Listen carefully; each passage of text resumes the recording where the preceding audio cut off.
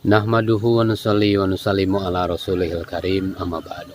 Huzaifah radhiyallahu anhu dan Abu Hurairah radhiyallahu anhu, keduanya menceritakan satu hadis yang panjang bahwa Rasulullah SAW bersabda, sifat amanah dan silaturahmi akan didatangkan dengan diberi sebuah bentuk, lalu keduanya berdiri di sebelah kanan dan kiri sirat, supaya memberi syafaat kepada orang-orang yang memelihara mereka atau menuntut orang-orang yang menyia-nyiakan mereka.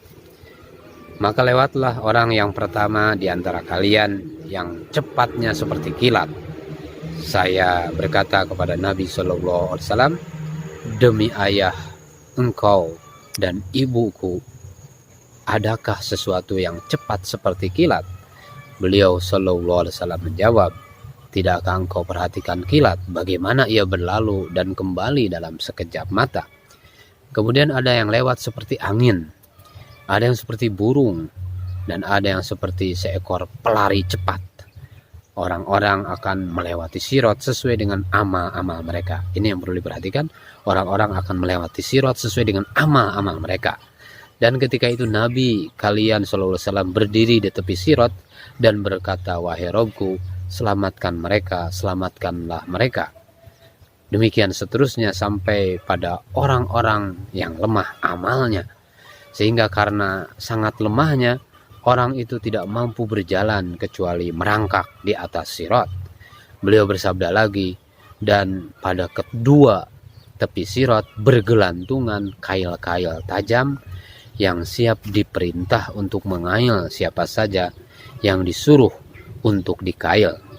Saudara-saudara sekalian, maka sebagian ada yang selamat tetapi dalam keadaan luka-luka, dan daging dari tubuhnya ada yang terbawa oleh kail, dan sebagian lagi ada yang tertarik oleh kail lalu masuk ke dalam neraka. Demi zat yang jiwa Abu Hurairah dalam genggamannya, sesungguhnya jauhnya dasar neraka itu adalah 70 tahun perjalanan. Nah, demikian saudara-saudara sekalian keadaan apa yang akan terjadi di sirat nanti. Jadi seseorang akan berjalan sesuai dengan amal-amal mereka. Nabi SAW pernah bersabda, ketika aku berjalan di surga, tiba-tiba aku mendapati diriku berada di sebuah telaga yang pada kedua tepinya terdapat kubah-kubah dari mutiara. Aku bertanya, apakah ini wahai Jibril? Jibril alaihissalam menjawab, ini adalah telaga Kautsar yang diberikan Robmu kepadamu. Ketika aku perhatikan, ternyata tanah dasarnya terbuat dari misik yang harum. Saudara-saudara sekalian, inilah keadaan nanti di akhirat. Bagaimana nanti akan dijumpai telaga Kautsar. Rasulullah SAW bersabda, telagaku, yaitu telaga Kautsar, panjangnya sejauh 1 bulan perjalanan, lebarnya sama dengan panjangnya, airnya lebih putih daripada perak, wanginya lebih harum daripada misik, dan cangkir-cangkirnya begitu banyak laksana bintang-bintang di langit. Barang siapa yang minum darinya, niscaya tidak akan pernah haus sesudahnya untuk selama-lamanya. Saudara-saudara sekalian yang dimuliakan Allah Subhanahu wa taala, pernah suatu ketika baginda Nabi SAW bersabda, sesungguhnya setiap nabi memiliki telaga, dan sesungguhnya mereka saling berbangga-bangga satu sama lain. Telaga siapakah yang paling banyak pengunjungnya untuk minum darinya? Dan aku berharap telagaku yang lebih banyak pengunjungnya. Demikian kata baginda Nabi SAW.